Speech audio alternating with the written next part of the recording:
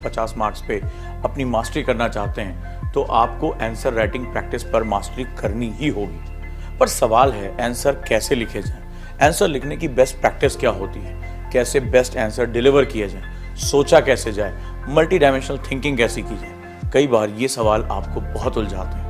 मैं आपका गाइड ओजांक लेकर आ रहा हूँ MEP mains answer practice programme, जहां हर दिन आकर मैं आपसे मेंस आंसर प्रैक्टिस के बारे में बात करूंगा, वो भी सिलेबस वाइज, यानी कॉन्सेप्ट बताने के साथ साथ आपको क्रिटिकल थिंकिंग भी सिखाऊंगा और साथ ही साथ सिखाऊंगा कि किसी क्वेश्चन पे एक मॉडल आंसर कैसा होना चाहिए। तो अगर आप भी जुड़ना चाहते हैं तो हमारे साथ जुड़ जाएं। Ojaank any time learning app download कर लें, वहां दिन में 1:30 बजे या हमारे YouTube channel IAS with Ojaank sir पर ये क्लासेस अवेलेबल रहेंगी।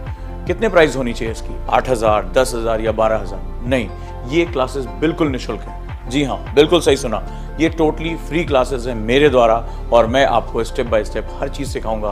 तो अब देर किस बात की, जुड़ जाइए मैप प्रोग्राम के साथ, यानी मेंस आंसर प्रैक्टिस, और UPSC में अपनी सफलता को बिल्कुल सुनिश्चित कर लीजिए।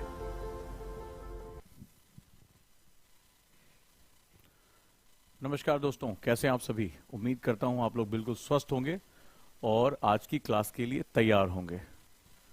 मेरी आवाज क्लियर आ रही है? लेट्स स्टार्ट, शुरू करते हैं हम लोग। Good afternoon everybody. सभी ओजांकियन को ओजांक का बहुत बहुत नमस्कार। और आज MEP यानी मेंस आंसर प्रैक्टिस का दूसरा दिन है और मैं उम्मीद करूंगा कि जो हमने एक शुरुआत की है, आप बहुत समय से कह रहे थे कि सर आंसर राइटिंग करनी है और हमें काफी नई चीजें सीखनी है, तो वो सारी चीजों के लिए आज मैं आपके बीच में हाजिर हूं और डेफिनेटली जो है वो हम बहुत नई चीजें करने जा रहे हैं, बहुत अच्छी चीजें करने जा रहे हैं। सो लेट्स स्टार्ट, हम लोग यहां से शुरू करते हैं। सो रेडी हैं दोस्तों?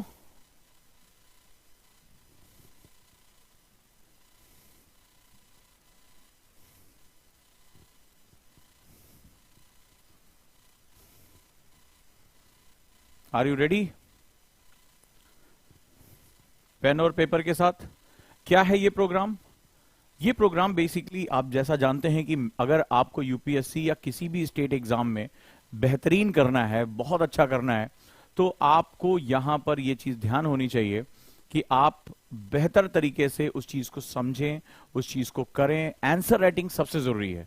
जैसा मैंने बताया था कि आंसर राइटिंग के कई आयाम होते हैं, जिसमें जो सबसे बड़ी चीज होती है वो होता है रिवीजन की टेक्निक, यानी आप रिवीजन कर पाते हैं। दूसरा, सब्जेक्ट पे आपकी नॉलेज बढ़ती है और आप बहुत कुछ उसमें अच्छा कर पाते हैं। तो दोस्तों अगर तैयार हैं तो हम आज की शुरुआत करते हैं और वापस जो है शुरू करते हैं इस चीज को।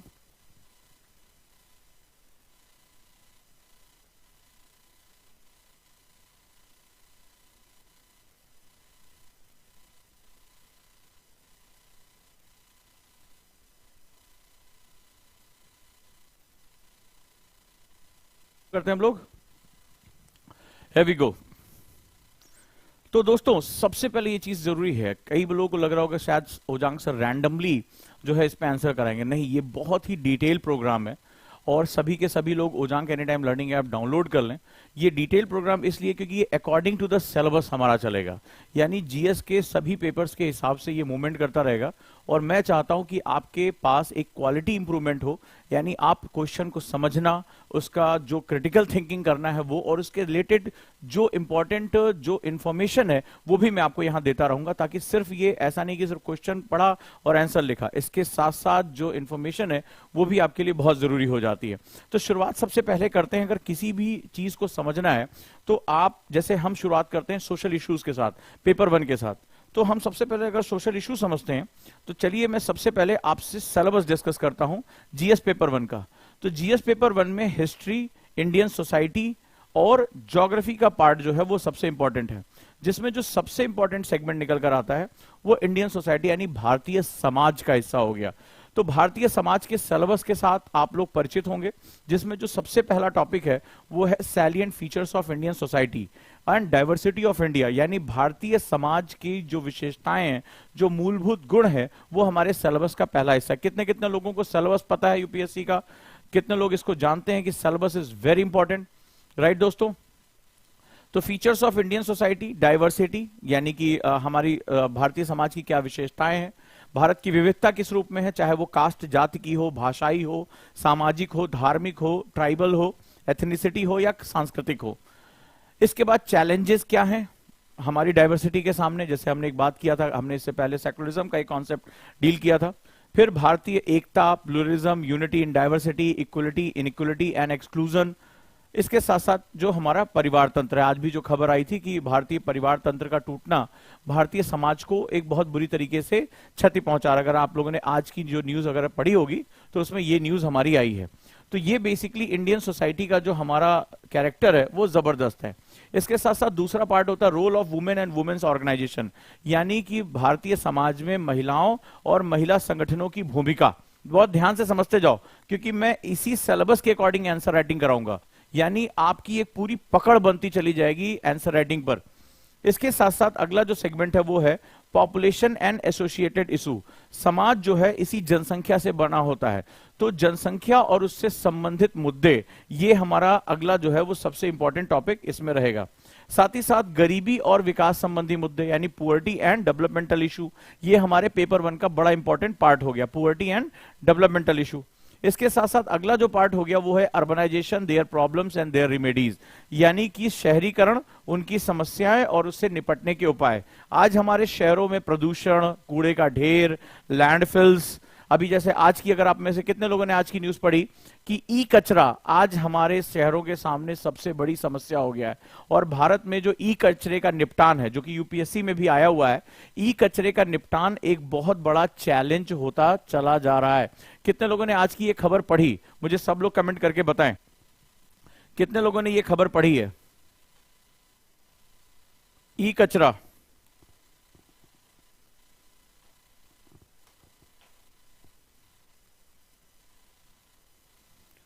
सभी लोग कमेंट करके बताएं।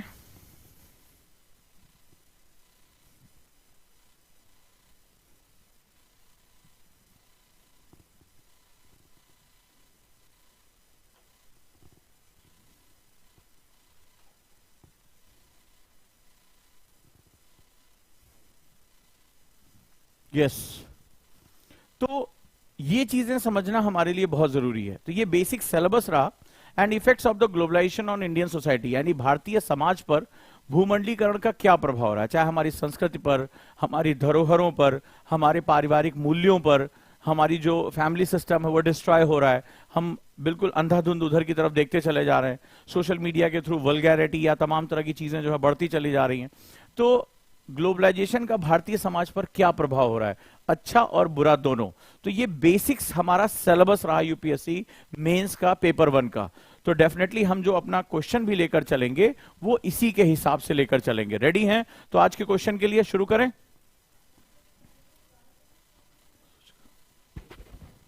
विंडो स्विच किया करो, यूट्यूब पे बिठा रखा है मुझे, खाली वो चल ही नहीं रहा है।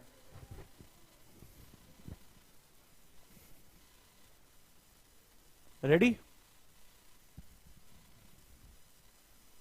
चलिए दोस्तों, सो लेट्स स्टार्ट, शुरू करते हैं हम लोग। ओके, तो आज की क्लास में हम लोग चलते हैं मेंस आंसर प्रैक्टिस पे। और आज जब हमने सिलेबस को समझ लिया कि हमारा सिलेबस क्या है और वो किस तरह से काम करता है, तो अब हम चलते हैं सिलेबस के अकॉर्डिंग ही आंसर राइटिंग करते हैं। और साथ ही साथ उसकी प्रैक्टिस हम कहां से करेंगे मैं आपको बताऊंगा। इसके क्वेश्चन जो हैं वो कैसे आप प्रैक्टिस कर सकते हैं उसके बारे में भी आपसे मैं बताऊंगा। तो चलिए शुरुआत करते हैं हम लोग। हाँ, एक चीज और आपको अवेयर करा दूं कि आज जो है वो हमारा ऑप्शनल मेला शुरू हो रहा है और मैं इसके बारे में डिक्लेरेशन दूंगा, तैयार हो जाइए। देश का सबसे सस्ता ऑप्शनल का बैच आपके सामने आ रहा है, जिसमें पीएसआईआर ऑप्शनल अब सुमित सर लेकर आ रहे हैं, राजनीति विज्ञान, ज्योग्राफी ऑप्शनल पीवी सर लेकर आ रहे हैं और सोशियोलॉजी ऑप्शनल अंकुर सर लेकर आ रहे हैं। और तैयार हो जाइए, अभी सिर्फ हमने रिवील किया है, हमने अभी फीस रिवील नहीं किया है कि ये जो है वो देश का बिगेस्ट जो है वो ऑफर है ऑप्शनल का। सभी बच्चे, चाहे वो फाउंडेशन के हों चाहे वो किसी और सब्जेक्ट के हों, बस वेडनेसडे को हम इसको रिवील कर रहे हैं अपने ऑप्शनल मेला को, और जबरदस्त धूम धड़ाके के साथ देश का सबसे सस्ता ऑप्शनल का कोर्स हम लेकर आ रहे हैं। तो तैयार हो जाइए इसके साथ, टीचर्स के साथ, और नया बैच शुरू होगा उसके बारे में हम आपको जवाब दे देंगे। तो चलिए शुरुआत करते हैं।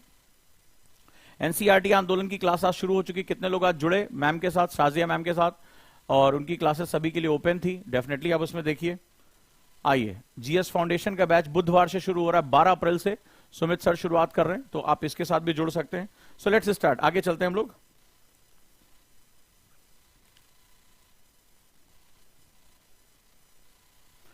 आज हमारा जो क्वेश्चन है बहुत इंपॉर्टेंट क्वेश्चन है, रेडी?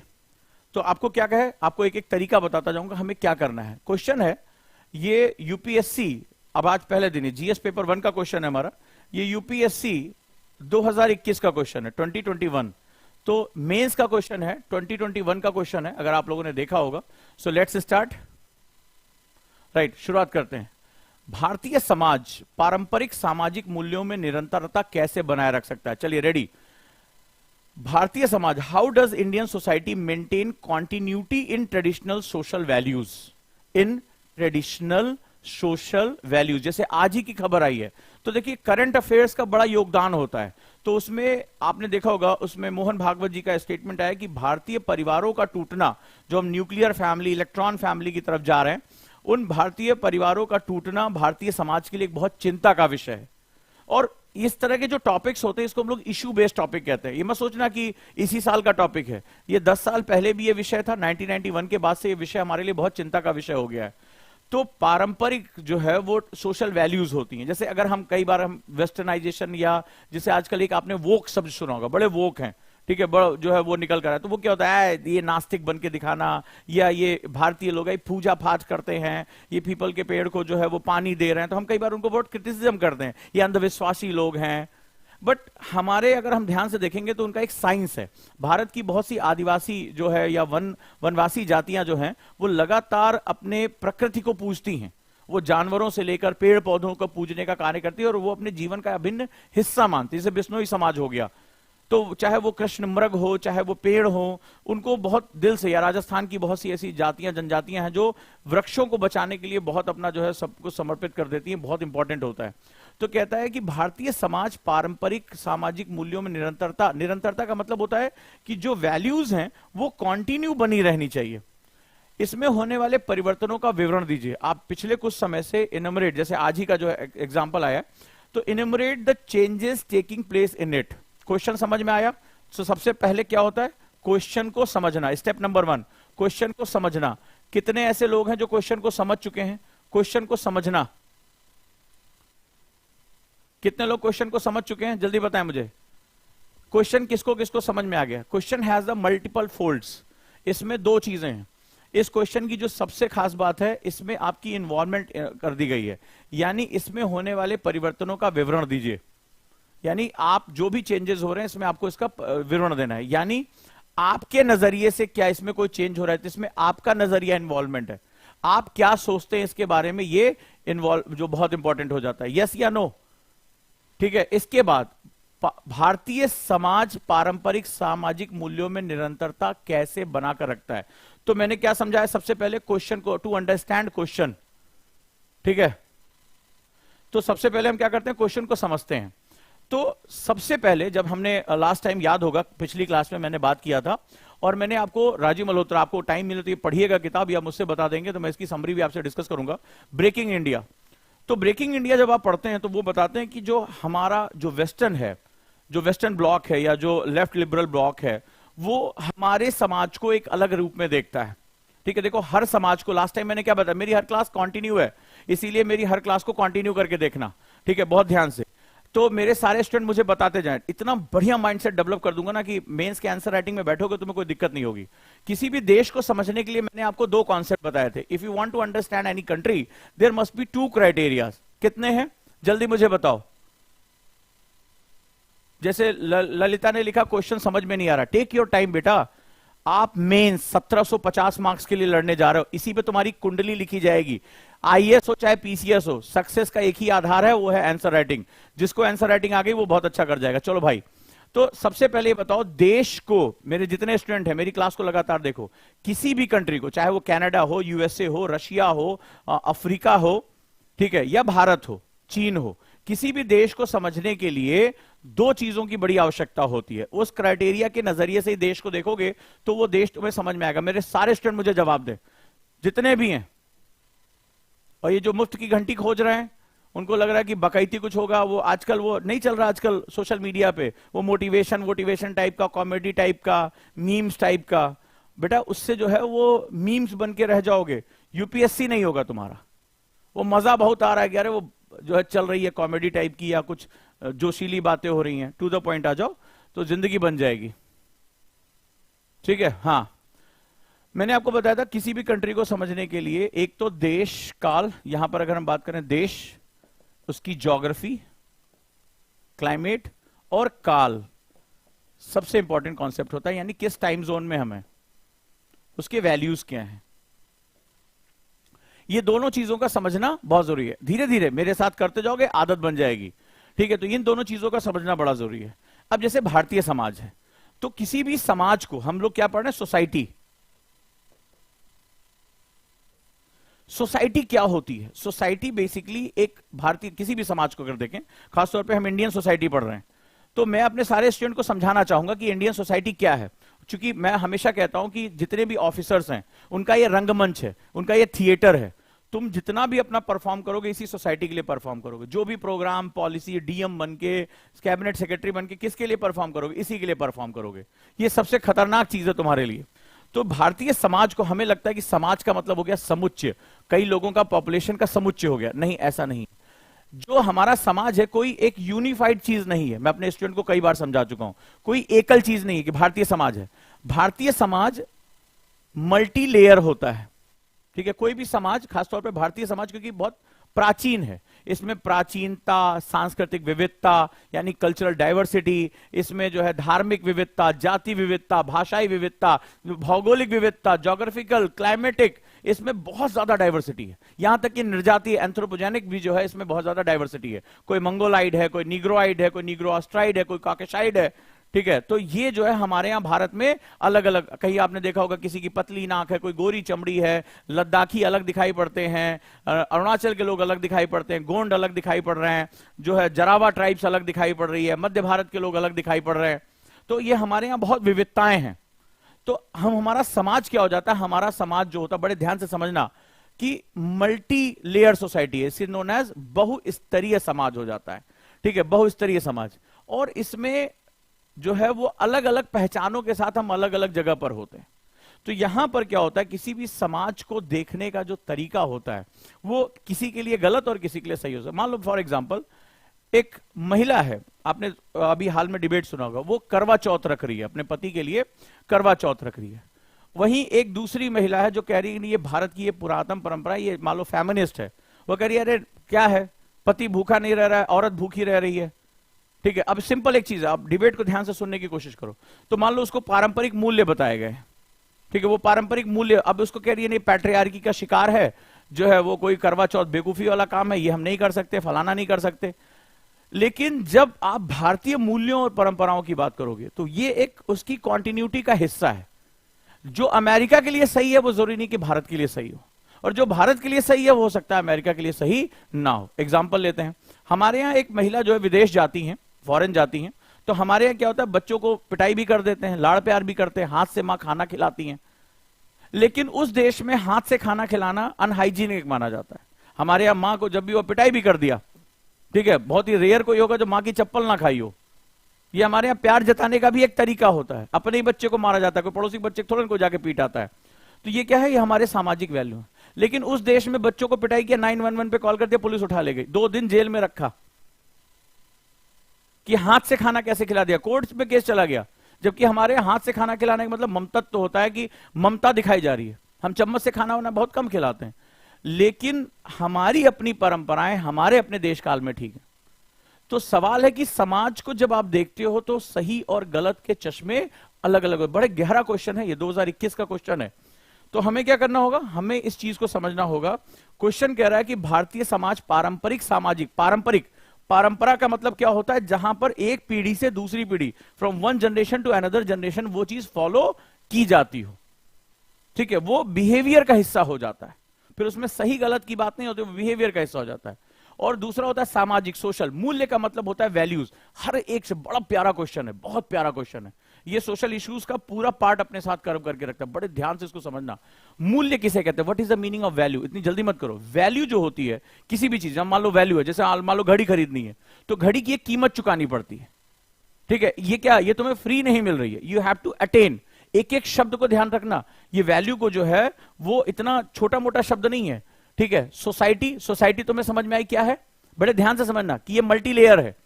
ट्रेडिशनल, ट्रेडिशनल मतलब परंपरा, पीढ़ी दर पीढ़ी चलती चली आ रही है। जैसे बहुत से लोग पीपल के पेड़ पे जाके जल चढ़ाते, तो बहुत सी आप भी हम भी ऐसे होंगे कि हमें नहीं पता हम क्यों चढ़ा रहे। हमारे पुरखों ने तय किया कि भाई पीपल का पेड़ एक ऐसा पेड़ है जो 24 घंटे ऑक्सीजन देता है। वृक्ष हमारे जीवन का हिस्सा है। आज प्रधानमंत्री का स्टेटमेंट आया, और मैंने बहुत पहले, मेरे अगर स्टूडेंट मुझे सुन रहे होंगे, कि मैंने आपको बताया था कि पश्चिम के मॉडल का इकोनॉमिक मॉडल जो है वो दुनिया को बर्बाद कर देगा। क्यों? क्योंकि वो एनवायरमेंट वर्सेस इकोनॉमी। अगर मेरा कोई भी स्टूडेंट, पुराना स्टूडेंट मुझे सुन रहा होगा, जिसने मुझे पढ़ाते हुए देखा है, तो उसको वो बात याद आएगी कि वेस्टर्न मॉडल है एनवायरमेंट वर्सेस इकोनॉमी। और मैंने क्लास में जब मैं हिस्ट्री भी पढ़ा रहा था तो मैंने बताया था कि केवल भारतीय परंपराएं ही संसार को बचा सकती हैं ग्लोबल वार्मिंग, जलवायु परिवर्तन से। क्यों? क्योंकि हम प्रकृति के धारणा के साथ चलते हैं। हमारा जीवन स्तर प्रकृति के साथ चलता है। अगर याद होगा तो मुझे यस लिख के बताइए सर कि हाँ सर हमें याद है, आपने हमें पढ़ाया था। और आज प्रधानमंत्री, जब आज बाघों की जो संख्या, विश्व के 75% बाघ आज हमारे साथ हैं, तो आज प्रधानमंत्री ने कहा कि पूरी दुनिया में भारत का जो मॉडल है वो अर्थव्यवस्था और प्रकृति को अलग अलग करके नहीं देखता। अगर आज आप लोगों ने मेरी क्लास कभी याद आया होगा तो आज आपको याद होगा कई महीने पहले मैंने पढ़ा दिया था कि भारत का जो मॉडल है, जो भारत सर्वे भवन्तु सुखिना सर्वे सन्तु निरामया सर्वे भद्राणि पश्यन्तु मां कश्चित् दुख भाग भवेत् की जो धारणा लेकर चलता, वो कहता है कि प्रकृति और पर्यावरण अलग अलग जो है वो इकोनॉमी अलग अलग नहीं है, हम सह संबंधों में। तो भारत के मॉडल को विश्व के सामने ले जाना बहुत जरूरी है। ये सिर्फ भारत के लिए जरूरी नहीं है कि भारत विश्व गुरु बने, ये पूरे विश्व के कल्याण के लिए बहुत जरूरी है।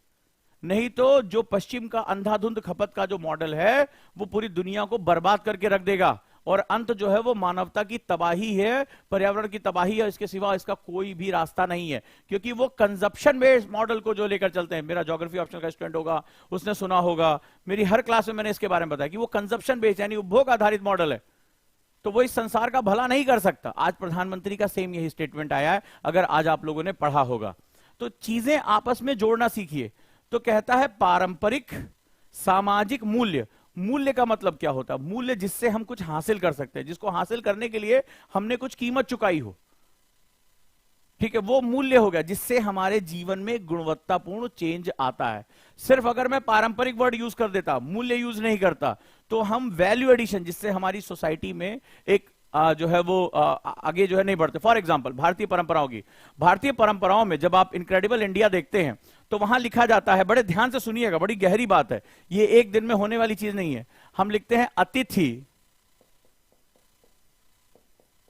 देवो भव, यही लिखते हैं, अतिथि देवो भव, यानी हमारा जो गेस्ट है, हमारा जो अतिथि है वो देवता तुल्य है, वो देवता तुल्य है।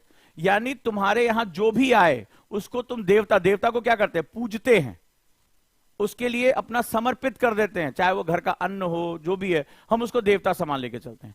और भारत जब अपने टूरिज्म को बढ़ाना चाहता है तो वो इसी चीज को लेकर चल रहा है। यस या नो? राइट? तो अतिथि देवो भव हमारा क्या है? मूल्य है। मूल्य मतलब क्या हुआ? इससे हमारा समाज उन्नयन होता है कि हम अपने अतिथि को देवता तुल्य रखते हैं, चाहे वो पुरुष हो स्त्री हो, हम उसको देवता समान यूज करेंगे। हम कभी उसके साथ कोई भी बदतमीजी नहीं करेंगे, कोई चोरी चकारी नहीं होगी, हम उसकी सुरक्षा का ध्यान रखेंगे। वो भारत के किसी भी व्यक्ति के घर में आके रहे तो उसको लगे कि वो अपने घर में रह रहा है, इस तरह की उसके अंदर भावना हो। सोचो अगर भारतीय समाज इन मूल्यों को सजो कर रखता, मैं अंदाजा आपको बता रहा हूं कि भारतीय समाज इन मूल्यों को संभाल के रखता, तो जापान की लड़की के साथ जो बदसलूकी हुई वो नहीं होती, पूरे दुनिया में हमारा डंका बोलता, क्योंकि हमारे मूल्य जो हैं वो भारत को बहुत स्ट्रांग बनाते। इसीलिए हम सनातन है कि दुनिया भर की संस्कृतियां मिट गई, हमारी संस्कृति अभी भी अक्षुण्ण चली जा रही। बड़े ध्यान से आप देखना, हम ऐसे थे कि देवता को समझ, हम अपने भूखे सो जाएंगे, लेकिन हमारे घर अभी भी, आप बहुत प्राचीन ग्रामीण परिवारों में चले जाएंगे, अभी भी आप देखेंगे जहां घर के बुजुर्ग अभी हैं, मूल्यों के साथ हैं, तो घर का व्यक्ति जो है वो पुराना खाना, बासी खाना खा लेगा, मेहमान को बासी खाना नहीं खिलाया जाता। घर के लोग कुछ भी खा लेंगे, मेहमान को मुझे बताना अगर हाँ या ना, तुम्हारा जो है इन्वॉल्वमेंट चाहिए। तो उसमें क्या होता है कि उसमें वो बासी खाना मेहमान के सामने नहीं रखते, थाली बर्तन नहीं पटका जाता। आज की जो पिक्चरें चलती, अतिथि तुम कब जाओगे पिक्चर चली थी ना, वो हमारी भारतीय परंपरा का हिस्सा नहीं है। आज हमारे यहाँ कोई गेस्ट आ जाता है, हम नाक बहुत सिकोड़ लेते, हम जमीन पे सो जाते थे, लेकिन अपने अतिथि को जमीन पे नहीं सुलाते थे। हाँ या ना? ये हमारी परंपरा है। एक और परंपरा रही, मूल्य। बहुत गहरा शब्द है, इसमें अगर तुम वैल्यू वर्ड को चूक गए आंसर नहीं लिख पाओगे। 2021 का ये क्वेश्चन तुम्हारे हाथ से गया। जैसे हमारे यहां कहते थे कि यत्र नारी पूज्यते तत्र देवता रमणते, हमारे भारतीय परंपराओं में रहा है कि जहां नारी की पूजा होती है, जहां नारी की पूजा होती है, वहां देवता का वास होता है। यही हमारी परंपराओं में रहा है। तो तुम अंदाजा लगाओ, भारतीय समाज में आज छोटी बच्चियां भी सुरक्षित नहीं है, बूढ़ी महिलाएं भी सुरक्षित नहीं है। बच्चे जिनको हम लोग भगवान का रूप कहते हैं, अगर हम वाकई में अपनी नारी में देवी को देखने की आदत डालते, तो क्या हम कभी उसके वस्त्रों पे हाथ डाल पाते? आज देश में तुम एक ऐसी मूर्ति बना के देखो, एमएफ हुसैन ने एक पेंटिंग बनाई थी, देश छोड़कर भागना पड़ा था। उन्होंने भारतीय देवी देवताओं को जो है वो नग्न अवस्था में प्रस्तुत किया था, पूरे देश ने एक साथ भर्त्सना की। तो अगर हम अपने देवी देवताओं को हम इस रूप में नहीं देख सकते, हमें अपमान लगता है, तो हमें यह बोला गया है कि जहां नारी की पूजा होती है वहीं देवता का वास होता है। और अगर हम अपने बच्चियों में देवी को देखने लगते, तो क्या आज जो सेक्सुअल हैरेसमेंट की चीजें चल रही हैं, आज जो समाज का पतन हो रहा है, आज एक बच्ची को घर से निकलने में डर लग रहा है, वो ऐसा होता? हां या ना मुझे बताइए। तो ये चीज क्या है? ये भारतीय पारंपरिक मूल्य हैं। और अगर हम इसको संरक्षित नहीं कर पा रहे, तो आज नारी क्या हो गई है? उपभोग की वस्तु हो गई है। डीओ के प्रचार में कम कपड़ों में नारी दिखाई जा रही है, सीमेंट के प्रचार में भी कम कपड़ों की नारी दिखाई जा रही है। हम नारी को क्या कर रहे हैं? हम उसको क्रिकेट में कोई खेल रहा है तो हम उसको डांस करते हुए कम कपड़ों में दिखा रहे हैं, हम एंटरटेनमेंट की वस्तु बना चुके हैं। तो ये हमारे मूल्यों का ह्रास है। हम पश्चिम सभ्यता के साथ जुड़ के, वेस्टर्नाइजेशन के साथ जुड़ के, जो ग्लोबलाइजेशन के इफेक्ट में, भाई क्रिकेट खेल रहा, उसने छक्का मारा, चौवा मारा, तो उसमें कम कपड़ों में किसी विदेशी बाला को नचाने की तुम्हें क्या आवश्यकता है? फॉर एग्जाम्पल मैं बता रहा हूं, ये सही या गलत की बात नहीं कर रहा हूं, यहां मैं बात कर रहा हूं पारंपरिक मूल्यों की, और उसके प्रति हमारी धारणा कैसी होगी। हमारे लिए उसका शरीर ही सब कुछ हो जाएगा, बट व्हाट अबाउट वैल्यूज? कहां गई? तो ये सबसे इंपॉर्टेंट सेगमेंट है। तो जब हम इन मूल्यों, हम सही गलत की बात नहीं कर रहे हैं, तुम कहोगे ये सही है गलत, अभी एक लड़की चर्चा में चल रही है, वो मेट्रो में सार्वजनिक स्थानों पे कम कपड़े, बोली मेरा शरीर मैं चाहे जैसे रखूं, तो ये विवाद शुरू हो जाएंगे वहां पे, क्योंकि वो ये तो कह रही है कि फेमिनिज्म के हिसाब से मेरा शरीर मैं चाहे जो कपड़े पहनूं, बट सवाल है कि फंडामेंटल क्या है, देश काल क्या है, कि तुम भारत में हो कि तुम अमेरिका में हो। तो आप कहेंगे मैं भारत को अमेरिका बनाना चाहते हैं, बहुत अच्छी बात है, तुम भारत को अमेरिका बना दो। अमेरिका को भारत क्यों नहीं बना दे रहे हो तुम? अमेरिका को भारत क्यों नहीं? इतनी इतनी जो है हम देशवासियों के अंदर अमेरिका बनने, लंदन बनने की इतनी चुल्ल क्यों कटी हुई है हमारे? मेरी एक बात को कहना, क्या अमेरिका और इंग्लैंड पूरी दुनिया के सिरमौर हैं? दो वर्ल्ड जो है वो वर्ल्ड वॉर दे दिए, करोड़ों लोगों की मृत्यु का कारण है, पूरे जो है वो मिडिल ईस्ट को बर्बाद करके रख दिया, मानवता के सबसे बड़ा। हम ये क्यों नहीं कहते कि हम इंग्लैंड और अमेरिका को भारत बना देंगे? हम मानवता के मूल्यों को आगे लेकर बढ़ेंगे, हां या ना? आप मुझे बताइए, क्या हमारा ये सेंटेंस ठीक है कि हम आधुनिकता में अमेरिका और इंग्लैंड बना देंगे? One who is western that is modern. हर चीज जो पश्चिमी है वही आधुनिक है। भारत की साड़ी पहली हुई महिला आधुनिक नहीं हो सकती है। आधुनिकता क्या वस्त्रों, परिधानों और रूप रंग से आता है? जो गोरा है वही आधुनिक है। क्या सांवली त्वचा का व्यक्ति आधुनिक नहीं हो सकता? मेरे प्रश्नों का जवाब दे दीजिए आप। अगर वो श्वेत व्यक्ति अमेरिका में रह के क्लू क्लक्स क्लान जैसे जो है वो संगठन चलाता है, जहां कहता है कि ईसाई वर्चस्व को स्थापित करने के लिए अगर सबको मारना पड़े तो हम मार देंगे, क्या वो आधुनिक है? वो श्वेत चमड़ी का है, वो अंग्रेजी बोलता है, वो अमेरिका में पला बढ़ा है, लेकिन उसकी मानसिकता कहती है कि मेरे धर्म के अलावा दुनिया में कोई धर्म नहीं बचेगा। तो क्या वो आधुनिक है? क्या वो मानवता के सिद्धांतों को जानता है? नहीं जानता है। मैं सही हूं? ये है मूल्य। तो मूल्यों को समझना पड़ा। अगर आप मूल्यों को नहीं समझ पाओगे तो ऐसे भटकते रहोगे। बोले ड्रग्स लेना चिल है, कम कपड़े में सार्वजनिक स्थानों पर घूमना चिल है, क्योंकि फेमिनिज्म है, क्योंकि वोक है, क्योंकि आप लिबरल हैं, क्योंकि आप कुछ भी करना चाहते हैं, आप स्वतंत्र हैं, आप कुछ भी बोल सकते हैं, कुछ भी कर सकते हैं। तो क्या वास्तव में इंसान कुछ भी करने के लिए स्वतंत्र होता है? तो अराजकता किसे कहते हैं, एनार्किज्म किसे कहेंगे? ये बड़ी गहरी बात है, इस क्वेश्चन में यही पूछा गया है। चले तो चलो भैया जल्दी जल्दी आंसर का रूपरेखा तय करो। मजा आ रहा है? हाँ, तो उत्तर में कितने कितने लोगों ने पॉइंट्स उठाए? यस रुको जरा, चलो आज हम सबसे पहले आंसर का पॉइंट बना, जल्दी जल्दी जल्दी जल्दी जल्दी जल्दी। कितने लोग पॉइंट्स दे सकते हैं? थिंकिंग क्या करना है हमें? क्रिटिकल थिंकिंग करनी। कैसे करनी है? हमें की पॉइंट, मैं आपको सबसे पहले, किसी ने भी डिटेल आंसर नहीं लिखना है, डिटेल आंसर ऐप पे जाके देना है।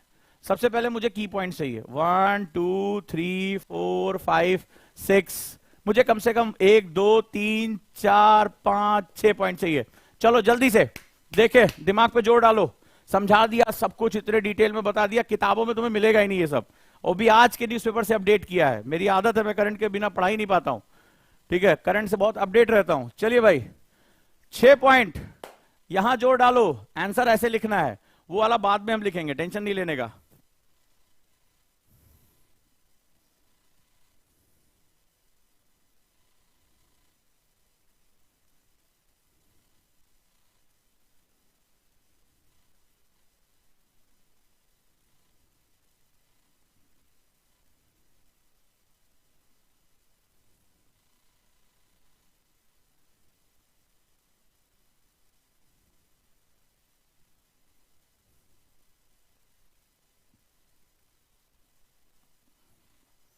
चलिए जल्दी से पॉइंट दीजिए। Yes, come on come on come on, दिमाग पे जोर डालो। और अगर पसंद आया हो मेरा ये प्रयास तो क्या करना है? लाइक करना है, कमेंट करना है, और अपने दोस्तों को क्लास शेयर करनी, ओजांग any time learning app download करानी है, क्योंकि इसका पीडीएफ वहीं मिलेगा, है ना? चलो चलो चलो जल्दी बताओ, 6 पॉइंट चाहिए मुझे। जोर से दिमाग पे जोर डालो, जोर से दिमाग पर जोर डालो।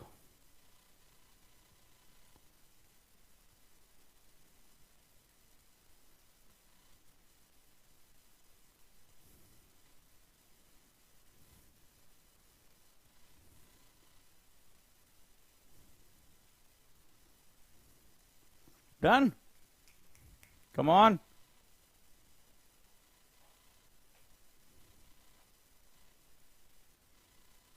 Good, now let's move on. चलो शाबाश, ये गणेश ने बहुत अच्छा आंसर दिया है, ज्योति ने भी कोशिश की अच्छी, शाबाश, और प्रिया कश्यप गुड, योगेंद्र गुड, शाबाश, सभी लोग जवाब दो। चलो अब आ जाओ, देख लेते हैं। तो उत्तर, इसका आंसर जो होगा, भारतीय समाज का एक लंबा इतिहास है, चूंकि अक्षुण्ण सभ्यता है, वन ऑफ द मोस्ट, जिसे कहते हैं ना, कॉन्टिन्यूअस कल्चर है, और एक समृद्ध, समृद्ध का मतलब होता है वेरी रिच, रिचनेस का मतलब होता है कि जैसे एक पेड़ होता है, उसमें बहुत ढेर सारे शाखाएं हों, फूल हों, पत्तियां हों, फल लगे हों, तो बहुत इनरिच मोला जाता है, क्योंकि भारतीय संस्कृति में अलग अलग समय पर अलग अलग धाराएं आकर जुड़ी हैं और उसका हिस्सा बन गई हैं। तो ये बहुत बड़ी सांस्कृतिक विरासत है, यानी कि कल्चरल हेरिटेज है, ठीक है, हेरिटेज है, मतलब ये एक लंबे समय से चला हुआ हिस्सा है। तो इसके पारंपरिक मूल्यों में परिलक्षित होती है। तो हमारे जो पारंपरिक मूल्य हैं, जो हमारे समाज के साथ हमें जोड़ते हैं, हम उसको एक बार देखते नहीं, हम जानते नहीं है। जैसे मान लो महिलाएं जो है वो, या पुरुष जो है वो कान छिदवाते हैं, बिंदी लगाते हैं, तो हमें लगता है कि ये भारतीय लोग दकियानूसी हैं। हम कभी भी, हमारे घर में कोई आता है तो हम देखिए अच्छत लेकर जो क्या करते हैं, उसको भौहों के बीच में लगा देते हैं, वहां पर जो है एक चंदन का टीका लगा देते हैं। हमारे यहाँ पारंपरिक मूल्य है। तो लोग कहेंगे अरे दकियानूसी, कई लोग I don't like it, I don't like it, but उसका एक साइंस है। ये हमारा आज्ञा चक्र होता है, और जब कोई व्यक्ति अपनी ऊर्जा, हमारे हर व्यक्ति के आसपास एक ऑरा होता है, ऊर्जा होती है, तो जब उसको जो है वो क्या किया जाता है, उस पर टीका लगाया जाता है, तो आप अपनी ऊर्जा को ट्रांसफर करते हैं, कि आप उसकी वेलबींग मांग रहे हैं, कि उसको प्रोटेक्ट करते हैं, और उसके आज्ञा चक्र को क्या करते हैं, स्पंदित करते हैं, उसको वाइब्रेट करते हैं, ताकि वो अपना जो है दिमाग को खोल सके, सुन सके ध्यान से। ये हमारे यहां आज भी परंपराओं में चलता है। तो मूल्य जो होते हैं वो इसी चीज को दिखाते हैं। हमारे यहां धर्म, जाति, भाषा, ये हमारे यहां विभिन्नता है, और उसके साथ हम लोग डाइवर्स हैं। मैंने लास्ट क्लास में क्या बताया था कि वेस्टर्न ने इन किताबों के माध्यम से हमारी डाइवर्सिटी को, हमारा डिफरेंस कर दिया। मल्होत्रा साहब यही बात यहां कहते हैं कि उन्होंने फॉल्ट लाइन बना दी, इसमें उन्होंने नाम दिया है western intervention in Dravidian and Dalit fault lines. ये नाम दिया उन्होंने, बड़े ध्यान से समझना इसको। तो उन्होंने कहा कि बड़े चतुराई से उन्होंने हमारी डाइवर्सिटी, यानी हमारी जो विविधता थी, जैसा कि आज प्रधानमंत्री ने भी कहा, और उसको किस में कन्वर्ट कर दिया, हमारे डिफरेंसेस में कन्वर्ट कर दिया। ठीक है, लेकिन भारतीय संस्कृति मूल तत्वों में इतनी मजबूत है कि आज भी वो हमारी जुड़ी हुई है चीजें। क्या क्या है, क्या कारण है निरंतरता के, तो आपको सबसे पहले मूल्य बताने होंगे। जैसे बहुत मैंने फ्लो चार्ट में इसको समझाया ध्यान से।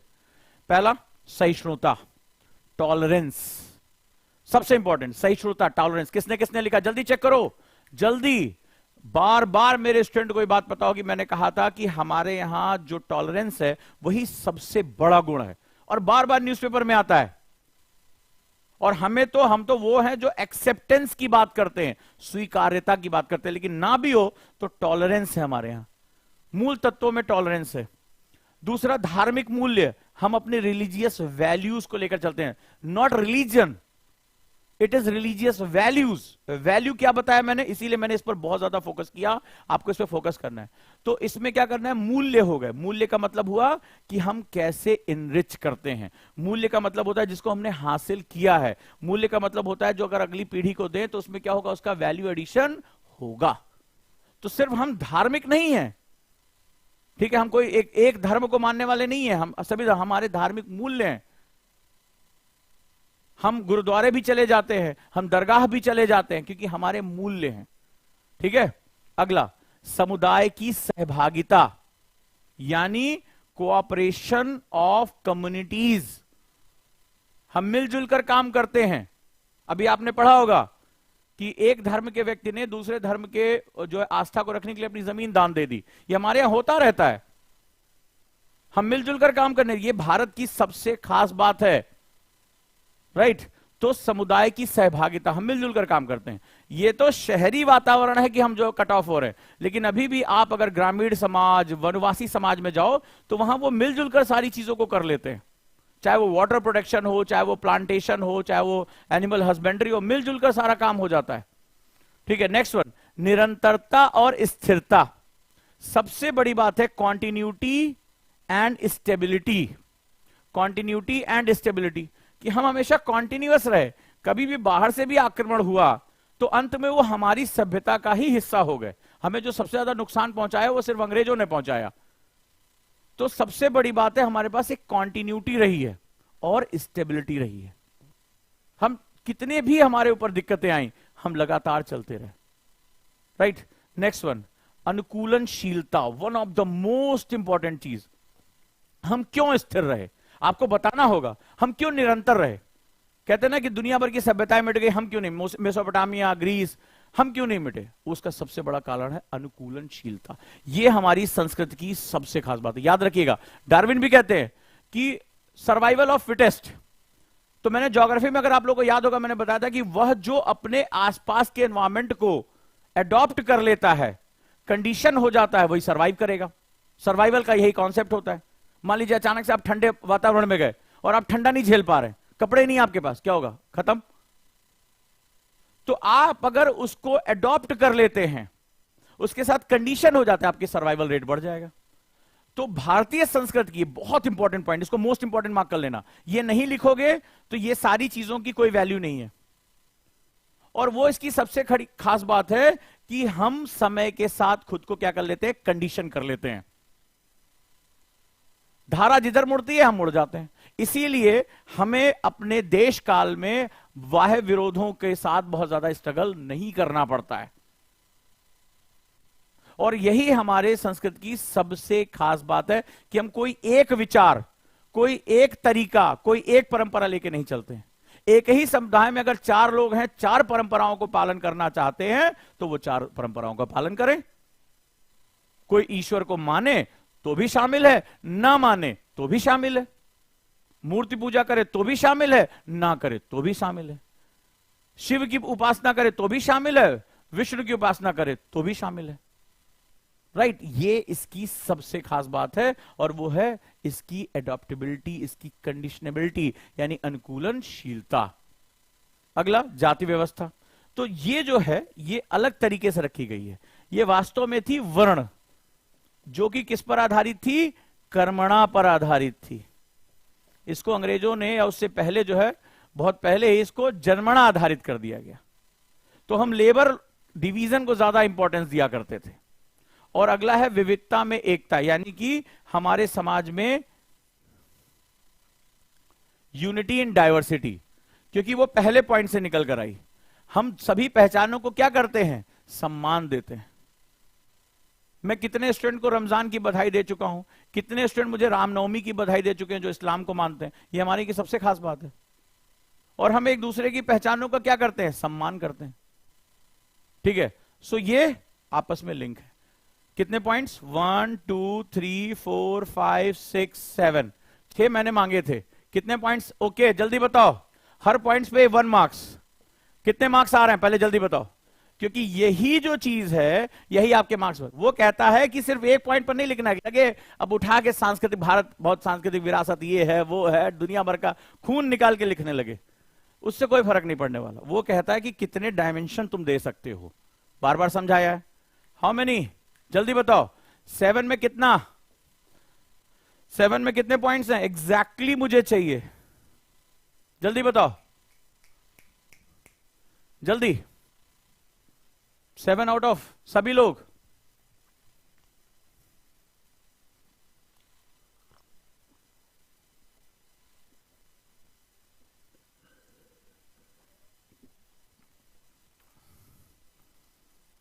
अभिषेक ने लिखा 3, वैदेही ने 4, आतिफ ने 3, मेनका ने 5, दुर्गेश ने, और झूठ नहीं बोलना, विशाल ने 6/6। अरे बाप रे बाप। राकेश ने 0, कोई बात नहीं, ईमानदारी से बताओ। नेहा ने 3, दुर्गेश ने 5। Good good good. तो अब आगे क्या करना है? चलो, अब क्या चेंजेस हो रहे हैं? देखो आंसर कितना बढ़िया स्ट्रक्चर किया है, इसको डिटेल में जितना चाहे लिखो। तो मूल्य हमारे क्या थे और अब मूल्य में चेंजेस क्या हो रहे हैं? तो मूल्य हमारे क्या थे? हम सहिष्णुता, हम सभी धर्मों का सम्मान करते थे, सभी मूल्यों का, हमारे धार्मिक जो तंत्र था वो मूल्यों आधारित था। मतलब तुम्हारी लाइफ में कितना पॉजिटिव चेंज हम कर सकते थे। समुदाय की सहभागिता, जैसे मैंने अगर आप लोगों को याद होगा, मेरे स्टूडेंट रहे होंगे, तो मैंने काला हांडी का बताया था कि आज वो देश का सबसे ज्यादा सूखाग्रस्त क्षेत्र है, लेकिन कभी वहां पर जल समितियां हुआ करती थी। राइट, निरंतरता और स्थिरता, भारतीय संस्कृति को सनातन कहा जाता है। अनुकूलनशीलता, एडॉप्टेबिलिटी मोस्ट इंपॉर्टेंट है। वर्ण व्यवस्था और विविधता में एकता, यानी यूनिटी इन डाइवर्सिटी। हमारी डाइवर्सिटी हमारी इनरिचमेंट थी, हम उसको भिन्नता नहीं मांगते थे। बोले तुम भी ठीक हो, हम भी ठीक है भाई। अब आगे आ जाओ। अब चेंज क्या हुए, यही आपको चेंज बताने हैं। वैल्यूज में समय के साथ चेंज, क्योंकि इन्हीं को बचाए रखने के लिए हमें प्रयास करना है। तो जैसे हमारी जो वर्ण व्यवस्था थी वो जाति व्यवस्था में कन्वर्ट हो गई, यानी फलाने का वो अब कर्मणा था वो किस में कन्वर्ट हो गया? जन्मणा में। जन्मणा में कन्वर्ट हो गया, यानी जन्म के आधार पर बढ़ गया। अब उसमें क्या हुआ? हिंदू धर्म में ही जातियों के आधार से 3000 से ज्यादा विभाजन हो गए। अब समुदायवाद की जगह क्या आ गया? व्यक्तिवाद। जैसे मैंने तुम्हें कॉर्नवालिस की घटना बताई थी, याद है? तो कॉर्नवालिस ने क्या किया? उससे पहले जमीन किसी व्यक्ति की नहीं होती थी, जमीन मां के समान होती थी, और जमीन का सौदा नहीं होता था, राजा के पास होती थी और लोग उससे सहभागिता करके ले लेते थे। जल भी क्या था? समुदाय का विषय था। लेकिन आगे चलकर कॉर्नवालिस ने क्या किया? जमीन को जमींदारी में कन्वर्ट कर दिया और जमीन को खरीदने बेचने की चीज बता दी। दूसरा, वो जो भारतीय जो हमारी न्याय व्यवस्था थी उसमें चेंज कर दिया, और जुडिशियल सिस्टम को लेकर आया वेस्टर्न के हिसाब से। अब आदमी की जमीन छीनी, वो जाके अब तारीख पे तारीख लड़ाई लड़ रहा है। इसी तरह जैसे हमारे यहां जमीन है, मैंने तालाबों का केस बताया था, तो राज्य का विषय बना दिया। अब तालाब को लोग पाट के भूमि को राज्य का विषय बना दिया, स्टेट सब्जेक्ट बना दिया। ले धबाधब आज की डेट में तुम्हारी कितनी कॉलोनीज में तुमने देखो, जब छोटे रहोगे तो तालाब था, और अब क्या हुआ? उसमें मिट्टी डाल डाल के कॉलोनाइजर ने उसमें कॉलोनी बना दी, गायब कर दिया, तालाब के तालाब गायब कर दिए। तो हमारा जितना जल संभरण क्षेत्र था, जो हमारा वाटर हार्वेस्टिंग था, वो सारा का सारा खत्म हो गया। हाँ या ना? तुमने देखा है? मुझे बताओ। तो अब व्यक्तिवाद आ गया, यानी अब जो है वो व्यक्ति आधारित चीजें होने लगी हैं। एकल परिवार, जिस पर आज चर्चा हुई है, तो अब वो दादी दादा कोई नहीं है, माता पिता दोनों काम कर रहे हैं, बच्चा चाहे वो पॉर्न देखे चाहे वो ड्रग्स ले, कोई मतलब नहीं है। तो सिंगल फैमिली, अब लोग किसी के साथ रहना पसंद नहीं कर रहे, अपनी प्राइवेसी उन्हें पसंद है। अब वो सिंगल फैमिली से वो पहले न्यूक्लियर फैमिली में गया, अब इलेक्ट्रॉन फैमिली में, पति पत्नी को एक दूसरे से मतलब नहीं है। फिर सांप्रदायिकता फैलती चली जा रही है with the help of social media. ये जो इलेक्ट्रॉनिक मीडिया है, हेटर्ड बन रही है। वो जो टीवी पे डिबेट होती है, तुम उसकी हालत देखो क्या है। 4 आदमी को डिबेट के लिए बोला, तुम चुप रहो, तुम चुप रहो, तुम चुप रहो। अबे बोलेगा कौन, ये तो बताओ। तो वहां पे क्या होगा, सांप्रदायिकता फैल, किसी भी हिसाब से कहीं से भी कोई क्लिप काट ली और उसको मॉर्फ किया और अपने हिसाब से चला दिया, सोशल मीडिया पे चले गए। लोग सोच ही नहीं रहे क्या हो रहा है। सांप्रदायिकता, कम्युनिज्म बढ़ता चला जा रहा है। तो ये हमारे मूल्यों में, जहां पर हम एडॉप्टिबिलिटी लेकर आ रहे थे, हम सहिष्णुता के लेकर आ रहे थे, हम सामुदायिक, वो सारे चेंजेस होते चले जा रहे हैं और लैंगिक समानता में वृद्धि हो। ये भी एक इंपॉर्टेंट है। तो अब फॉर एग्जाम्पल, जैसे मान लो लैंगिक समानता हो रही है, तो परिवर्तन हो रहा है। अब पैट्रियार्की का हम विरोध कर रहे हैं, लेकिन उसमें क्या हो रहा है, जो पुरुष सत्ता है वो महिलाओं का विरोध कर रही है कि अरे लड़की और लड़का कैसे बराबर है। मान लो यूपीपीसीएस का रिजल्ट आया, 10 में से 8 लड़कियां, या लड़कियां कहीं हिस्सेदारी। तो अब जो पैट्रियार्कियल मानसिकता के साथ थे वो इसको बर्दाश्त नहीं कर रहे। जैसे लड़की कह रही है हमारा जो मन में आए हम पहने, तो उसको कई लोग अलग नजरिए से देख रहे हैं। उसको वो रूढ़ी बात है कि लड़की हमारे हिसाब से जो है कपड़े पहनेगी। वो अपनी पार्श्विक मानसिकता, इसीलिए किसी भी चीज को देखने के 2 नजरिए, अपनी पार्श्विक मानसिकता को नहीं रोक पा रहे, लड़की के कपड़े को जो है वो सारे प्रॉब्लम्स की जड़ मान रहे हैं। तो ये भी एक इंपॉर्टेंट कॉन्सेप्ट है। ये हमारे मूल्यों में धीरे धीरे चेंज हो रहा है। तो अब क्या कंक्लूजन लिखेंगे कि भारतीय समाज अपने पारंपरिक सामाजिक मूल्यों में सहिष्णुता, धार्मिक मूल्य, विविधता में एकता के माध्यम से बनाए रखता है, परंतु ये मूल्य आर्थिक विकास, इकोनॉमिक डेवलपमेंट हो रहा है, पैसा ही सब कुछ हो गया, शहरीकरण, वैश्वीकरण सहित कारकों के कारण परिवर्तन के दौर से गुजर रहे हैं। ठीक है, सोशल मीडिया के थ्रू हम अमेरिका के कल्चर को अडॉप्ट कर रहे हैं, उनकी चीजों को अडॉप्ट कर रहे हैं। हम भूलते जा रहे हैं कि भारतीय परंपराएं क्या हैं। वो हमें जो बता रहे हैं टीवी, इंटरनेट के माध्यम से, हम उसको मानते चले जा रहे हैं। शहरीकरण में वैल्यूज खत्म हो जा रही है। छोटे छोटे परिवार जो है आपस में रहने के लिए मजबूर है, माता पिता का साथ छोड़ चुका है, तो नई पीढ़ी को वैल्यूज ट्रांसफर ही नहीं हो रहे हैं। वो दादी नानी, नाना नानी, वो सब मामला खत्म हो गया। ठीक है, और आर्थिक विकास मतलब पैसा ही सब कुछ, अपने आप को सरवाइव करने के लिए, अपने आप को दिखाने के लिए, किसके पास कितनी लंबी गाड़ी है, कितना जो है मकान है, शो ऑफ करना है, पार्टीज कितनी जा रहे हैं। तो ये चीजें क्या हो रही है, धीरे धीरे वैल्यूज को खत्म करती चली जाए। तो हम जो भारतीय संस्कृति और परंपराएं हैं वो लगातार क्या हो रही, इसी दौर से गुजरती चली। इसीलिए आज हम अपनी परंपराओं पे क्वेश्चन करने लगे, उसको दकियानूसी बताने लगे। राइट, अरे बता तो दिया इंग्लिश में। सो कास्टिज्म, ठीक है, ये पर्सन ओरिएंटेड हो गया, सिंगल फैमिली हो गई, सांप्रदायिकता यानी कि कम्युनिज्म हो गया। यहां पर आप इसके साथ लेकर चल सकते हैं। तो ये रहा आपका कंक्लूजन। वाकई में ये चीज क्या हो रही है, बदलाव के दौर से गुजर रही है। तो इस तरह से इसके आंसर। अभी मैंने क्या किया, मैंने ज्यादा से ज्यादा फ्लो चार्ट के थ्रू बताने की कोशिश की है, ताकि आप सोच सके। जितने ज्यादा डायमेंशंस होंगे उतने अच्छे मार्क्स मिलेंगे। फिर धीरे धीरे इन डायमेंशन को कैसे एक्सप्रेस करना है वो आपको बताता जाऊंगा। कैसी लगी आज की क्लास मुझे जरूर बताना।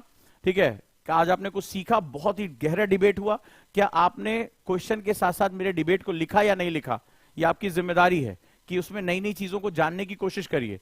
तो आज हमने भारतीय समाज के silent feature of Indian society के बारे में काफी जानकारी ली। अब इसकी प्रैक्टिस कहां से करोगे, सभी लोगों के पास ओजांग टेस्ट प्रैक्टिस की ऐप होनी चाहिए।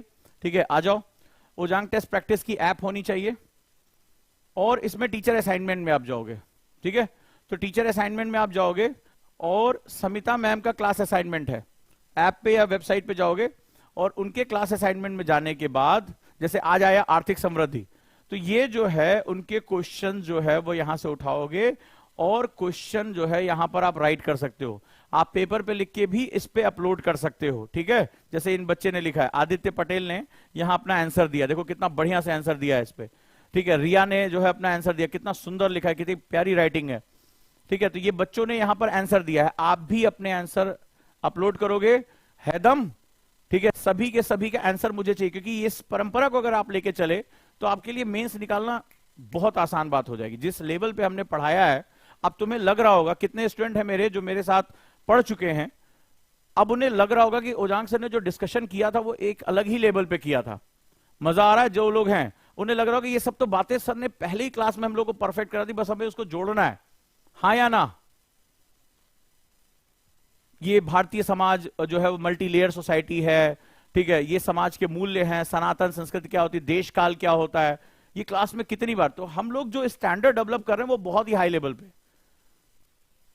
अब तुम आंसर राइटिंग से समझ पा रहे हो कि यार सर ने तो ये सारी चीजें हमें बता रखी हैं। एडॉप्टेबिलिटी पे मेरा कितना लंबा डिस्कशन हुआ था, तो अब उसको लिखते जाना है, बस अब मेहनत करते जाना है। मैं इसी तरह से टॉपिक टू टॉपिक क्वेश्चंस लेकर आ रहा हूं, और प्रैक्टिस के लिए यहां पर मैंने क्वेश्चन दे दिए हैं। आप जाइए, सारे टीचर्स अपना असाइनमेंट दे रहे हैं। मेंस आंसर प्रैक्टिस में जाइए, पेपर वाइज जीएस पेपर 1 जैसे है तो आप जीएस पेपर 1 में जाइए और वहां पर जाकर अपने क्वेश्चंस को अपलोड करिए। ठीक है, उठाइए, कोई भी क्वेश्चन उठा लीजिए और करना शुरू कर दीजिए। ठीक है, तो मजा आया। इसके साथ बीपीएससी हम लॉन्च कर रहे हैं, बीपीएससी 69th, उसका टेस्ट सीरीज ओटीपी पे लॉन्च हो चुका है, और अभी जो उसका कोर्स है वो हम लॉन्च करने जा रहे हैं। और सभी बच्चों के लिए एक बहुत इंपॉर्टेंट यही सूचना रही है, राइट, जुड़ जाइए एनसीईआरटी के साथ। अगर नहीं जुड़े हैं तो जुड़िए, और ऑप्शनल जो जो लेना चाहते हैं तैयार हो जाएं। 2 दिन के अंदर ऑप्शनल का देश का सबसे सस्ता कोर्स हम लॉन्च कर रहे हैं, वो जुड़िए इसके साथ। मजा आने वाला है आप लोगों के साथ। फीस मैं तभी रिवील करूंगा, बट आप लोग तैयार हो जाइए देश का सबसे बेहतरीन बैच के लिए ऑप्शनल में। ठीक है, 3 ऑप्शन सबसे पहले हम लॉन्च कर रहे हैं, पीएसआईआर, ज्योग्राफी ऑप्शन और सोशियोलॉजी। इसके बाद अगले शिफ्ट में हम आगे और चीजों को बताएंगे। सो आगे बढ़ते हैं, और जीएस फाउंडेशन की जो क्लास शुरू हो रही वेडनेसडे से, अगर जिन्होंने प्री का मेंस पढ़ाई करना वो लोग जुड़ जाए। गुरुकुल में लास्ट के 10 बच्चों के लिए काउंसलिंग जो है वो होने जा रही है। ठीक है, गुरुकुल आप जानते हैं, तो अभी मैंने काउंसलिंग की थी, वहां उसके साथ आप जुड़िए। गुरुकुल एक ऐसा बैच है जहां पर आप मेरे साथ जो है वो नोएडा में अपनी क्लास करेंगे, और वहां पर हम लोग जो है वो शुरुआत करने जा रहे हैं, जहां पर सिर्फ टीचिंग नहीं, मेंटरशिप भी रहेगी, कंप्लीट मेंटरशिप। तो एक library facility, mentorship facility, teaching facility, discipline. अभी आपने देखा कि जिन बच्चों ने एडमिशन ले लिया था गुरुकुल में, मेंटर्स ने उनके साथ जो है वो अपनी काउंसलिंग सेशन शुरू कर दिया। बड़ा लंबा काउंसलिंग सेशन चला, आप में से कई लोगों ने उसमें भाग लिया होगा, और एक बहुत लंबी शीट हमने जो भराई, तो इसमें बहुत बारीकी से आपके ऊपर काम किया जाने वाला है। तो अगर आप अभी जुड़ना चाहते हैं तो आप इसमें साथ जुड़ सकते हैं, दिए गए नंबर पर कॉल कर सकते हैं। सो लेट्स स्टार्ट, शुरू करते हैं हम लोग अपनी कहानी। और आफ्टर 12th के लिए हम लोग जुड़ते हैं। आज शाम को 6 बजे एक क्विज है। जैसे आज मैंने मेंस देखा, तो ये सेगमेंट पे आपको सब कुछ मिलने जा रहा है। तो शाम को जो है हमारा प्रहार टेस्ट है। ठीक है, तो हमारा कौन बनेगा जिलाधिकारी की आज क्लास है, संयम सर के साथ क्विज वहां होता है, ऑब्जेक्टिव प्री की तैयारी होती है, और उसमें जो बच्चा टॉप करेगा उसको फ्री का प्रहार टेस्ट सीरीज मिलेगा, फ्री में। ठीक है, निःशुल्क। जो उसमें टॉप करेगा उस टेस्ट में, उसको प्रहार की टेस्ट सीरीज जो है वो दी जाएगी। तो कौन बनेगा जिलाधिकारी में, आप सभी का बहुत बहुत स्वागत है। शाम को 6 बजे इसी ओजांग जो है चैनल पे आपका सभी स्वागत है, आईएएस विद ओजांग सर के चैनल पे। तो चैनल को सब्सक्राइब कर लिए ताकि आपको नोटिफिकेशन मिलता रहे। किसने किसने चैनल सब्सक्राइब नहीं किया ये जरूर मुझे बताएं। और अगर मेरा प्रयास अच्छा लग रहा है तो अब सुबह मेरे साथ आप मेंस में, शाम को 6 बजे संयम सर के साथ प्रीलिम्स की तैयारी में जुट जाइए। ठीक है, और अगर हिंदू नहीं पढ़ पा रहे, आपने देखा कि आज करंट अफेयर्स का कितना इंपॉर्टेंस था, तो अगर आप करंट अफेयर्स के साथ नहीं जुड़े तो 199 रुपए में 400 रुपए तो हिंदू खाली खरीदने में आता है, 199 रुपए में दीपक सर करंट अफेयर्स का बैच लेकर आ रहे हैं। ठीक है, मत छोड़िएगा उनका साथ। 199 रुपए में वो बेचारे प्रीलिम्स, मेंस, नोट्स सब कुछ दे रहे हैं। तो जरूर जुड़िए, क्योंकि करंट के बिना आप कभी भी आगे जा ही नहीं सकते। यूपीएससी स्टैटो डायनेमिक होता है, तो स्टैटो और इसके साथ साथ डायनेमिक। आज मैंने जो शुरुआत की सारा का सारा करंट से शुरू की। अगर आपको नहीं पता कि आज की खबरों में क्या इंपॉर्टेंस है, उसको कहां यूटिलाइज करना है पेपर वाइज, कि पेपर 1 में कहां यूज होगा, पेपर 2 में प्रधानमंत्री ने जो स्टेटमेंट दिया उसको हम कैसे इस्तेमाल करेंगे, तो अगर आप ये नहीं कर पा रहे तो आप अपने साथ बहुत बड़ा धोखा कर रहे हैं। और 199, मतलब मैं कोशिश करता हूं अफोर्डेबिलिटी ज्यादा हो आपकी, 199 रुपए में दीपक सर द हिंदू की कंप्लीट करंट अफेयर्स की क्लास लेकर आ रहे हैं। जुड़ जाइए ओजांग एनी टाइम लर्निंग ऐप पे और उनके साथ जुड़कर क्लास कर सकते हैं। ठीक है दोस्तों, तो चलिए जुड़ते हैं हम लोग। कैसी लगी क्लास आज की, मुझे फीडबैक जरूर दें। मेरा ये प्रयास कैसा लग रहा है आप लोगों को, ये मेहनत कैसी लग रही है, कुछ बेनिफिट आपको हो रहा है कि नहीं हो रहा है। फिर मैं आपको वर्कबुक देना शुरू करूंगा।